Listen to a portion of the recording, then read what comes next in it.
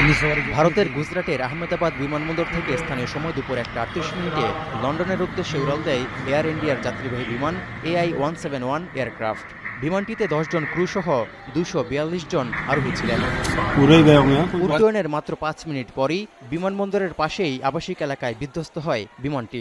সঙ্গে সঙ্গে কালো ঘন ধোঁয়ায় ছেয়ে যায় পুরো এলাকা। ছবিতে দেখা যায় টেক অফের পর বিমানটি হঠাৎ নিচে নেমে আসে, মুহূর্তেই বিধ্বস্ত হয়। কেসারেন শেকড় থেকে শিখরে। টেক অফের পর বিমানের পাখায় থাকা ফ্ল্যাপস খুলেনি, এতেই ঘটে দুর্ঘটনা। যাত্রী তালিকায় গুজরাটের সাবেক মুখ্যমন্ত্রী বিজয় রূপানি ছিলেন বলেও ধারণা করা হচ্ছে। আরোহীদের ভাগ্যে কি ঘটছে তা এখনও জানা যায়নি। পাইলট ছিলেন ক্যাপ্টেন সুমিত সাবরওয়াল ও কো পাইলট ছিলেন ক্লাইভ কুন্ডর। দুর্ঘটনার পরে দেশটির বেসামরিক বিমানমন্ত্রী গভীর শোক জানিয়েছেন।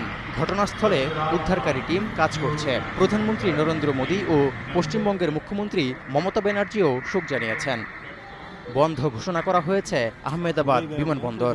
বিমানটির model Boeing 787 Dreamliner. Touhidur Rahman, এখন বিশ্ব।